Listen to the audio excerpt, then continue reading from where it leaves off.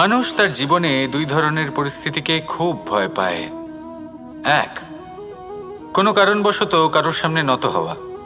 দুই, কোনো কারণে নিজের চরিত্র থেকে, নিজের মূল্যবোধ থেকে বিচ্যুত হওয়া।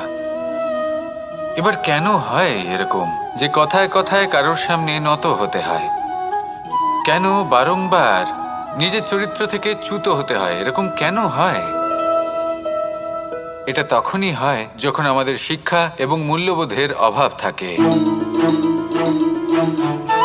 যদি মানুষের মধ্যে প্রকৃত শিক্ষা থাকে তাহলে এই সংসারে কোনো সময় এবং কারোর সামনেই নত হওয়ার কোনো প্রয়োজন নেই। যদি মানুষের মধ্যে মূল্যবোধ থাকে তাহলে তাকে নিজের মূল্যবোধ বা চরিত্র থেকে বিচ্যুত হতে হয় না, তা সে যাই হয়ে যাক না কেন। কোনো বালককে যদি জন্ম থেকেই সুশিক্ষার অধিকারী করা হয়, শিক্ষিত করা হয়, মূল্যবোধের অধিকারী করা হয়, তবে সে এই সংসারে এমন কর্ম করবে যাতে সে নিজেকে, নিজের পরিবারকে, সমগ্র সমাজকে গর্বিত করতে পারে। শিক্ষা লাভ করুন, মূল্যবোধ লাভ করুন এবং আমার সাথে ভালোবেসে বলুন, রাধা রাধা।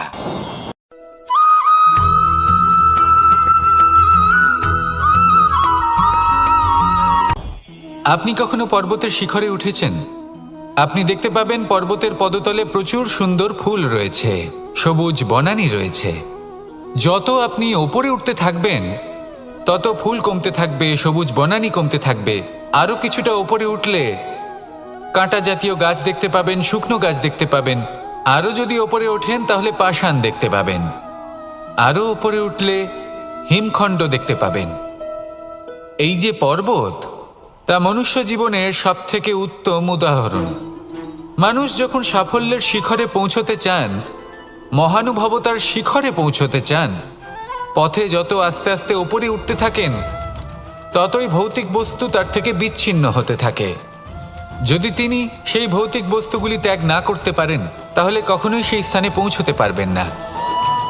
আর মানুষ যদি উচিত ত্যাগ করতে পারেন, পথে অগ্রসর হতে থাকেন, এগোতে থাকেন, তাহলে একদিন না একদিন তিনি মহানুভবতার, জ্ঞানের, সাফল্যের হিমের স্বাদ অবশ্যই লাভ করবেন। মনে রাখবেন, মানব জীবনে ত্যাগ হলো অত্যন্ত গুরুত্বপূর্ণ অংশ। আসুন আমার সাথে ভালোবেসে বলুন, রাধা রাধা।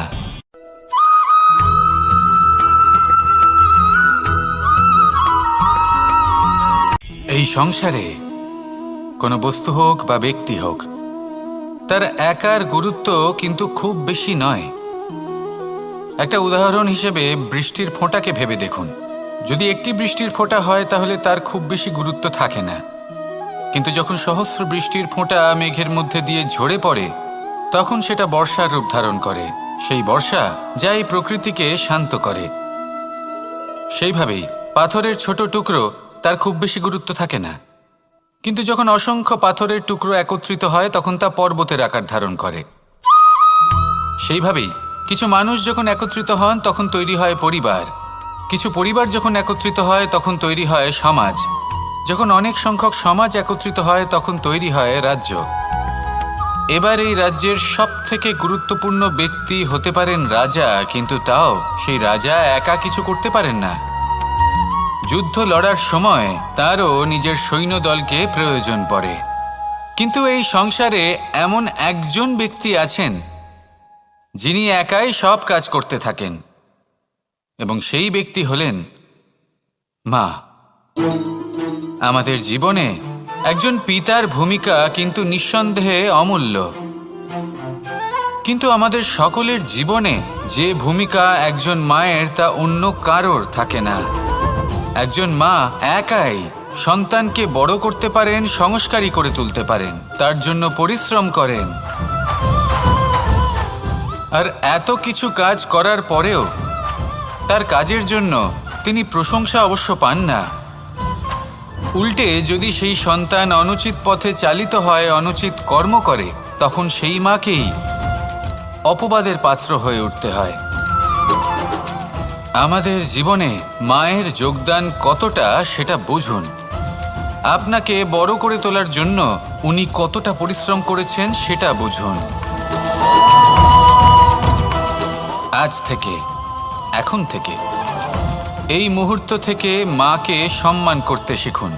যখন সময় পাবেন, যখন সুযোগ হবে, তখন তার প্রশংসা করুন। ওনারও ভালো লাগবে। আর মায়ের এই মমতার জন্য, তার এই ভূমিকার জন্য আসুন সবাই মিলে আমরা তাকে প্রণাম করি। আর সকলে মিলে ভালোবেসে বলি, রাধা রাধা।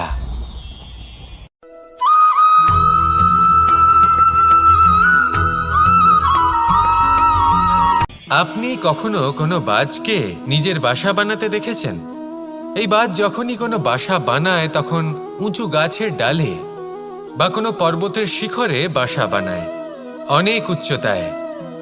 আর সেখানে তার সন্তানও জন্মগ্রহণ করে। যখন এই সন্তানেরা জন্মায় তখন এই বাজ খুবই ভালোবেসে এবং খুব সাবধানে এদের পালন পোষণ করে। নিজের ঠোঁট দিয়ে তাদের ঠোঁটে খাবার পরিবেশন করে।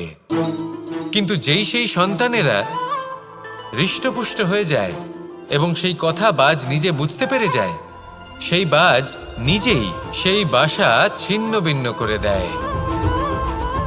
সেই সন্তান যাদের সবেমাত্র ডানা গজিয়েছে, কিভাবে উড়তে হয় তারা জানে না, সেই সন্তানগুলিকে উচ্চতা থেকে ঠেলে দেয়। সেই সন্তান প্রথমে ভয়ভীত হয়ে যায়। তারা সামনে মৃত্যুকে দেখতে পেয়ে ভয়ের কারণে তাদের ডানা ঝাপটাতে থাকে। আর সেই প্রক্রিয়াতেই সেই সন্তানগুলি উড়তে শুরু করে দেয়। এবার এই ঘটনায় আমরা কি শিক্ষা পেতে পারি? এটাই, যদি আপনি মাতা পিতা হন তাহলে নিজের সন্তানকে অবশ্যই স্নেহ করুন, কিন্তু তাদেরকে নিজের আঁচলের তলায় বেঁধে রাখবেন না। যদি আপনি চান আপনার সন্তান জীবনে উন্নতি করুক, তাহলে নিজের মুঠো থেকে তাদের স্বতন্ত্র করে দিন। এই সংসারে সংঘর্ষ করতে দিন। সেই সন্তান নিজেই বুঝতে পারবে যে জন্মের সময় পাওয়া ডানা কি করে ব্যবহার করতে হয়। আর আপনার চোখের সামনে আপনার সন্তান এই আকাশে উড়তে থাকবে। তাহলে আসুন আমার সাথে ভালোবেসে বলুন, রাধা রাধা।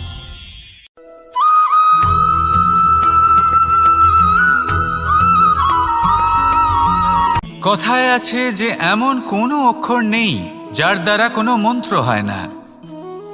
এমন কোনো বনস্পতি নেই যা নিজেই একটা ঔষধি নয়। পৃথিবীর এমন কোনো ব্যক্তি নেই যার মধ্যে কোনো যোগ্যতা থাকে না। শুধু প্রয়োজন হলো যে ব্যক্তিকে আমরা খুঁজে চলেছি তাকে সঠিকভাবে চিনে নেওয়া। যদি তার যোগ্যতা, তার বিশেষত্ব আমরা বুঝতেই না পারি, তাহলে আর লাভ কি রইল? এই সংসারে এমন অনেক ব্যক্তি রয়েছেন যারা ছোট ছোট অসফলতার কারণে আপনাকে এটা বলে দেবে যে আপনি কোনো কাজের নন, আপনি হলেন মূর্খ, আপনি কিছুই করতে পারবেন না। এইসব কথায় কখনোই বিশ্বাস করবেন না, কারণ আপনি এবং প্রত্যেকটি জীব এই পরমাত্মা এবং এই প্রকৃতির সৃষ্টি, যা অত্যন্ত বিশেষ। যদি আপনাকে উদাহরণ দিই তাহলে একদিকে আছে তরোয়াল, একটা বড় লম্বা তরোয়াল যার দ্বারা যুদ্ধ করা যায়, জয়লাভ করা যায়। আর অন্যদিকে রয়েছে একটা ছোট্ট সূচ, কিন্তু যে কাজ একটা ছোট্ট সূচ করতে পারে তা একটা তরোয়াল দ্বারা সম্ভব নয়। এর অর্থ হলো এটাই যে প্রত্যেকটা রচনা অত্যন্ত অমূল্য এবং অত্যন্ত বিশেষ হয়। তাহলে বিশ্বাস রাখুন যে আপনি অত্যন্ত বিশেষ একজন, আর প্রেমের সাথে বলুন, রাধা রাধা।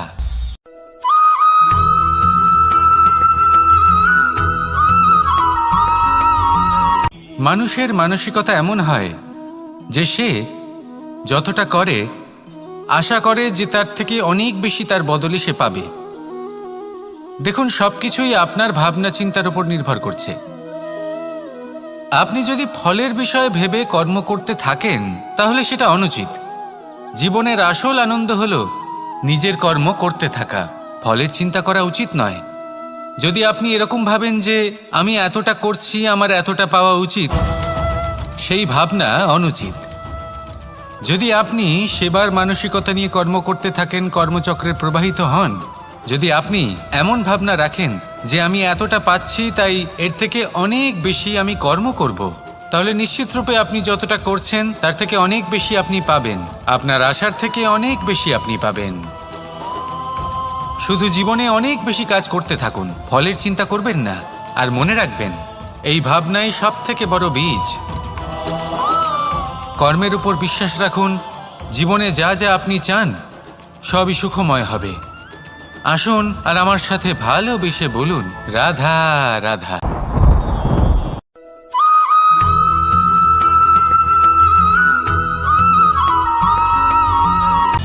সময়, জীবন, কাল। দেখতে গেলে এই তিনটি শব্দ একটি শব্দেরই সমার্থক শব্দ মনে হয়, কিন্তু এই শব্দগুলির অর্থ কি সমান? কখনোই নয়।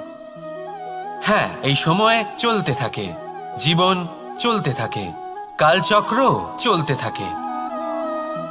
এই সময় কেটে যায়, কিন্তু এই জীবন, একে যাপন করতে হয়। কি বলেন? এই জীবনে কিছু করুন বা কিছু না করুন, জীবন এমনি কেটে যাবে, আপনি জানতেও পারবেন না। কিন্তু সেটা আমাদের উদ্দেশ্য নয়, একে যাপন করতে হবে। এই জীবনে প্রেরণা পেতে শিখুন, প্রেরণা দিতে শিখুন, আহ্বান গ্রহণ করতে শিখুন, আহ্বান জানাতে শিখুন, মহান কাজ করতে শিখুন, ধন্যাত্মক বোধ জাগিয়ে তুলুন। জীবন অতিবাহিত করার অর্থ কি তা আপনি শিখে যাবেন। কারণ সময় কেটে যায়, সমস্ত যুগ কেটে যায়, কিন্তু জীবনের রীতি জীবন কাটিয়ে দেওয়া নয়, জীবন যাপন করা। এই জীবন সম্পূর্ণরূপে অনুভব করতে হবে, নতুন পথ বানাতে হবে। এবারে যদি এই জীবন বাঁচার সময় একবার ভেবে দেখুন, যদি মনে প্রেম থাকে, সদ্ভাবনা থাকে, তাহলে কি হবে? এই জীবনকে বাঁচার অনুভূতিটাই অন্যরকম হয়ে যাবে, একটা আনন্দময় অনুভূতি লাভ করবেন। তাহলে এটাই করুন আর আমার সাথে ভালোবেসে বলুন, রাধা রাধা।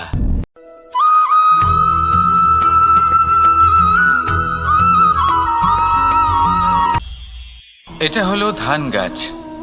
এর থেকে যে চাল উৎপন্ন হয় তা মানুষ গ্রহণ করেন।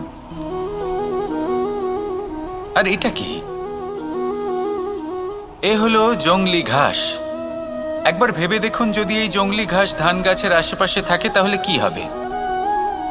ধান উৎপন্ন হতে পারবে? তা উৎকৃষ্ট হতে পারবে? আমরা কি তা গ্রহণ করতে পারবো? কখনোই নয়। এই জংলি ঘাস ধানকে নষ্ট করে দেবে, কিন্তু নিজে জীবিত থাকবে। এটাই হলো আজকের শিক্ষা। এই সংসারে যদি আপনি নীতির পথে চলতে চান, উচিত কর্ম করতে চান, সংসারকে সেবা করতে চান, তাহলে জংলি ঘাসের মতো ব্যক্তিদের থেকে সবসময় দূরে থাকতে হবে। সেই ব্যক্তি যারা দুর্নীতি এবং মিথ্যা দ্বারা পরিপূর্ণ, যাদের ব্যবহার অশুভ, যাদের অনেক অশুভ গুণ রয়েছে, তারা সঠিক নয়। সেই সকল ব্যক্তি যাদের চরিত্র অত্যন্ত দুষ্ট হয়, তারা হয় শুভ চরিত্রের ব্যক্তিকে একদম নষ্ট করে দেয়, নয় নিজের মতো বানিয়ে তোলে। তাই যদি আপনি নীতির পথে চলতে চান, এই সংসারের জন্য শুভ কর্ম করতে চান, তাহলে সেই সঙ্গ লাভ করুন যে সঙ্গ জ্ঞানে পরিপূর্ণ, যাদের মধ্যে অনেক গুণ আছে, যাদের থেকে প্রতিদিন কিছু শিখতে পারবেন। এমন ব্যক্তির সাথে জীবন অতিবাহিত করুন, দুরাচারীদের থেকে দূরে থাকুন। তবেই এই মন প্রসন্ন হয়ে বলবে, রাধা রাধা।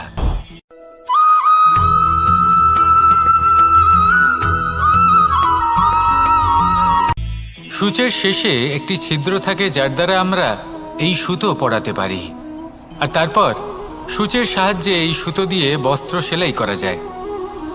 কিন্তু যদি সুতোটা সোজা করে ধরা না হয়, তাহলে সূচে কখনো এই সুতো পরানোই সম্ভব নয়।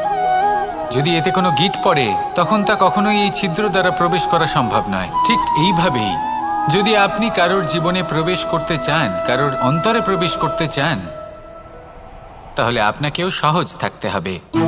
এতে কোনো গিঁট থাকলে চলবে না, অর্থাৎ মনে যাতে কোনো মালিন্য না থাকে, যেন কোনো কুচিন্তা না থাকে। যদি এসব থাকে, তাহলে আপনি কখনো কারোর জীবনে প্রবেশ করতে পারবেন না। আর যদি কোনোভাবে আপনি প্রবেশ করেও যান, তাহলে তার মনে ঘর করতে পারবেন না। নিজেকে এই সুতোর মতন করে তুলুন, সহজ। মনে যেন কোনো কুচিন্তা না থাকে, সবার প্রতি যেন সদ্ভাবনা থাকে, শুভ চিন্তা থাকে। এমনটা করতে থাকুন। এমন একটা দিন আসবে যেদিন এই সমস্ত সংসারের ব্যক্তির মনে আপনি বাস করবেন, আর তখন এই মন প্রসন্ন হয়ে বলবে, রাধা রাধা।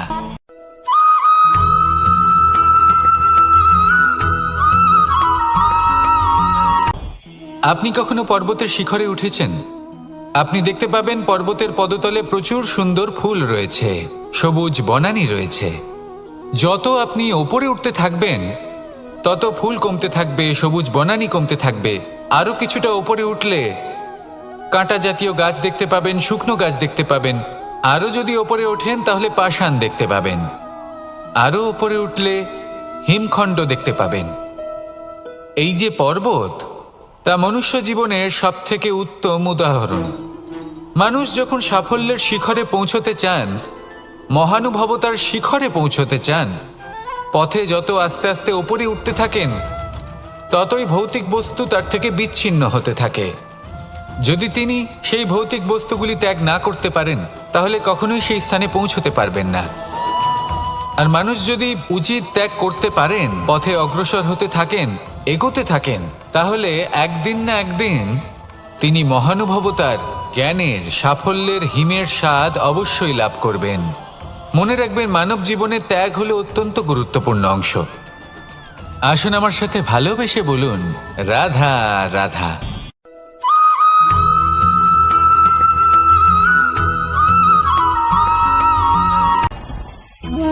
ভোজন। এবার ভোজন সংগ্রহ করার জন্য মানুষ কি না করেন, সবসময় চেষ্টা করতে থাকেন। ফসল উৎপাদনের জন্য অনেক পরিশ্রম করতে থাকেন, কিন্তু অনেক সময় অনেক পরিশ্রম করার পরেও ফসল ভালো উৎপাদন হয় না।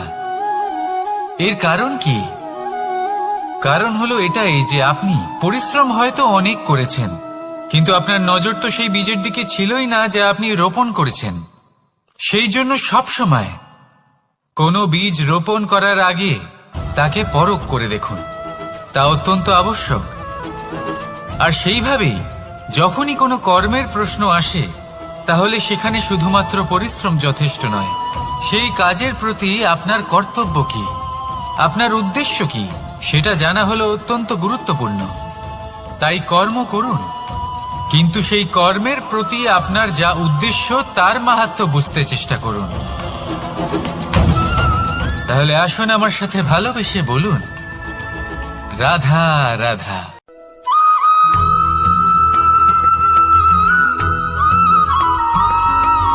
বসন্ত ঋতু, এই সময় মন আনন্দে ভরে থাকে। এমন মনে হয় যেন আমরা আকাশে বিচরণ করতে চলে যাই, কিন্তু সেটা তো সম্ভব নয়। সেই জন্য হয়তো আমরা ঘুড়ি ওড়াই, এই ঘুড়িকে নিজেদের প্রতিরূপ মনে করে। এবার অনেক মানুষ আছেন যারা ঘুড়ি ওড়ান, কিন্তু এই কর্মের সারমর্ম কি সেটা কজন বুঝতে পারেন?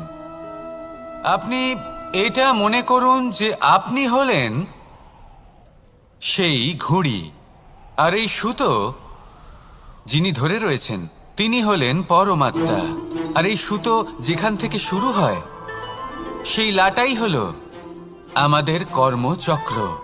এবার আপনি নিজেই অনুমান করুন যে এই উড়ান কার ওপর নির্ভরশীল, পরমাত্মার ওপর আর আপনার কর্মের ওপর। যদি পরমাত্মা আপনার হাত ধরে থাকেন, আপনার সাথে থাকেন, যদি আপনি শুভ কর্ম করতে থাকেন, আপনি এই আকাশে উড়তে থাকবেন। কিন্তু কোথাও কোথাও যদি পরমাত্মার সাথে এই বন্ধন ছিন্ন হয়, আপনার কর্মচক্র খারাপ হয়ে যায় বা থেমে যায়, তাহলে আপনার এই ঘুড়ি কেটে যাবে আর দূরে কোনো গাছের ডালে গিয়ে আটকে যাবে। তাই শুধুমাত্র ঘুড়ি ওড়াবেন না, তার থেকে শিখুন, পরমাত্মার সাহচর্যে থাকুন, সবসময় শুভ কর্ম করতে থাকুন আর সবসময় এই আকাশে উড়তে থাকুন। আসুন আর আমার সাথে ভালোবেসে বলুন, রাধা।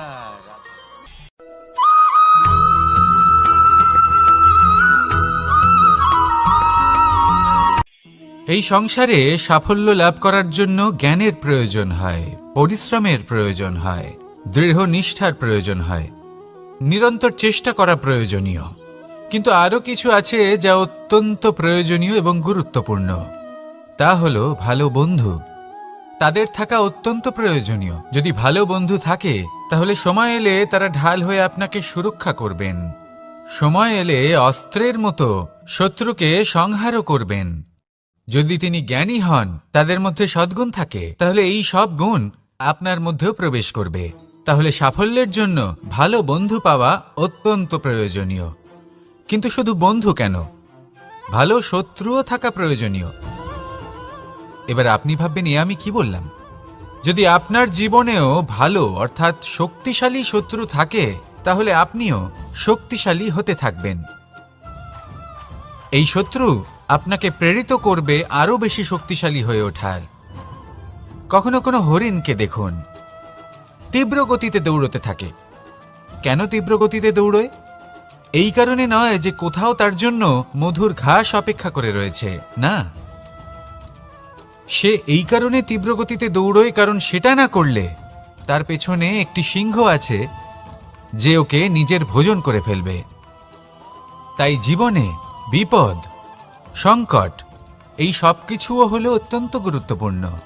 তার সম্মুখীন হতে শিখুন আর আমার সাথে ভালোবেসে বলুন, রাধা রাধা।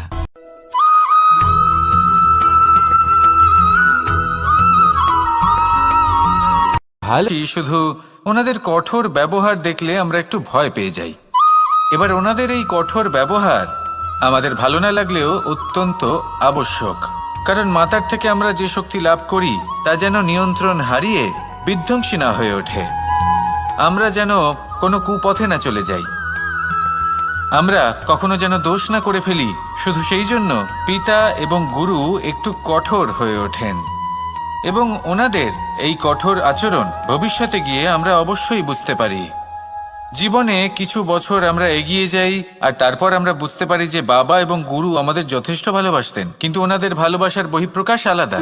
প্রয়োজনীয় হলো এটা দেখার, এটা বোঝার যে শুরু থেকে আমাদের প্রতি ওনাদের আচরণ কেমন ছিল। ওনাদের কঠোর হওয়ার পেছনে ওনাদের ভালোবাসাটা বোঝার চেষ্টা করুন, ওনাদের চিন্তাটা বোঝার চেষ্টা করুন, ওনাদের পথপ্রদর্শনের আড়ালে আপনার ভবিষ্যতের জন্য যে পরিকল্পনা ওনারা করেছেন সেটা বোঝার চেষ্টা করুন। তখন আপনারা বুঝতে পারবেন ওনাদের ভালোবাসাকে।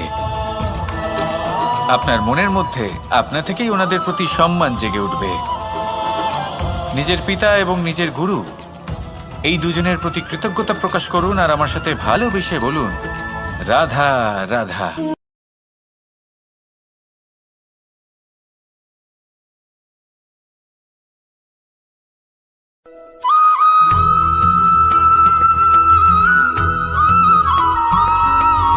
কথায় আছে, প্রত্যেক পুত্র তার পিতার প্রতিচ্ছবি হয়, আর সমস্ত প্রতিচ্ছবি চায় যেন সে তার অস্তিত্ব প্রাপ্ত করতে পারে। পুত্র চায় সে যেন তার পিতার মতো হয়, বা কখনো কখনো তার থেকেও শ্রেষ্ঠ হয়। সেটা কোনো অনুচিত ব্যাপার নয়। অনুচিত তখন হয় যখন পুত্র নিজের পিতার মতো হবার স্বপ্ন পূরণ করতে গিয়ে বা তার থেকেও শ্রেষ্ঠ হওয়ার স্বপ্ন পূরণে অনুচিত পথের আশ্রয় নেয়। কারণ তারপরে সে তার পিতার গুণগুলি আত্মসাৎ করতে চায় না। সে শুধুই এটা চায় যে সংসারের চোখে যেন আমি শ্রেষ্ঠ প্রমাণিত হই। এটা অনুচিত। সংসারে এমন অনেক মানুষ আছেন যারা এই কারণে শ্রেষ্ঠ হবার চেষ্টা করেন যাতে তার পরিবারের, তার পিতার সম্মান বৃদ্ধি পায়। এমনও মানুষ থাকেন, আর এটাই হলো পার্থক্য উদ্দেশ্যের। মনে রাখবেন, যদি আপনার উদ্দেশ্য শুভ হয় তাহলে পথও শুভ হবে, যদি আপনার উদ্দেশ্য অশুভ হয় তাহলে পথও অশুভ হবে। তাহলে নিজের পিতার মতো হবার চেষ্টা অবশ্যই করুন, তার থেকেও শ্রেষ্ঠ হওয়ার চেষ্টা অবশ্যই করুন, কিন্তু মনে রাখবেন আপনার সংকল্প আর আপনার উদ্দেশ্য এই দুই শুভ হওয়া উচিত। তাহলে আসুন আর আমার সাথে ভালোবেসে বলুন, রাধা রাধা।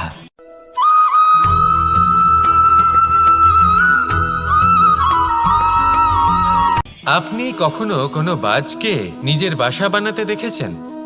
এই বাজ যখনই কোনো বাসা বানায় তখন উঁচু গাছের ডালে বা কোনো পর্বতের শিখরে বাসা বানায়, অনেক উচ্চতায়, আর সেখানে তার সন্তানও জন্মগ্রহণ করে।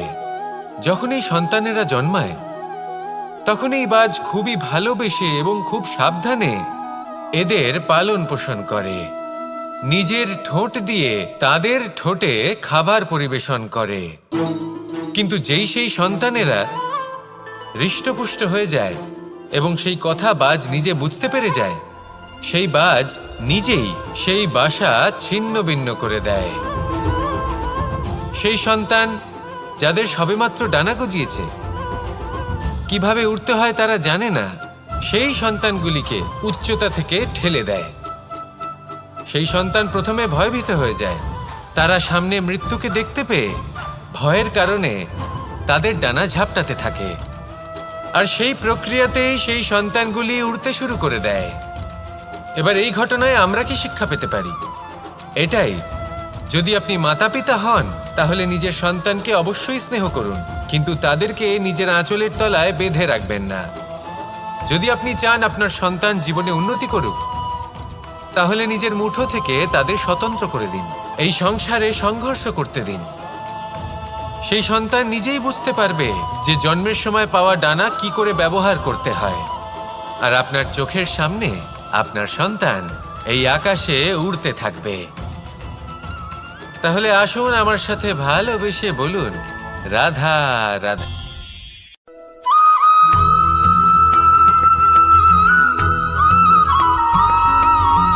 পঞ্চতত্ত্বের মধ্যে দ্বিতীয় তত্ত্ব হল ধরণী, ভূমি, যাকে আমরা ধরণী মাতা বলি। এই ধরণী ধৈর্য ধারণ করে, আর এর ওপরেই আমাদের সমগ্র সংসার নির্ভরশীল। কারণ এই ভূমি সহ্য ক্ষমতা রাখে, এর সহ্য ক্ষমতা হল অপরিসীম। সন্তান যতই আঘাত প্রদান করুক না কেন, প্রেম পূর্বক সহ্য করে, আর তার বদলে অমূল্য রত্ন প্রদান করে। সন্তান যদি হাল চালায় তাহলে তার বদলে তাকে অন্ন প্রদান করে। এটাই হলো ধরণী। এবার এর থেকে আমরা কি শিক্ষা পেতে পারি? এটাই যে কারোর জন্য কিছু করা বা কাউকে কিছু দেওয়া মনে কোনো কামনা ছাড়াই। আর এই কথাটা বুঝে যান, যদি কারোর জন্য কামনা না রেখে বা কোনো পাওয়ার আশা না রেখে কারোর জন্য কিছু করেন বা কারোকে কিছু দেন, যদি এটা আপনি শিখতে পারেন তবে আপনি ভালোবাসতে শিখে গেছেন। আর সেই জন্যই এই ধরিত্রীকে মাতা বলা হয়। কারণ মাতা শুধু উনি নন যিনি গর্ভে সন্তানকে ধারণ করেন, মাতা তো উনিও যিনি জীবন বাঁচতে শেখান, যিনি জীবন বাঁচার উদাহরণ প্রদান করেন। তাহলে ধরণীর থেকে এই নিঃস্বার্থ ভাব শিখুন, নিঃস্বার্থ ভালোবাসা শিখুন, আর এই ভালোবাসার সাথেই বলুন, রাধা রাধা।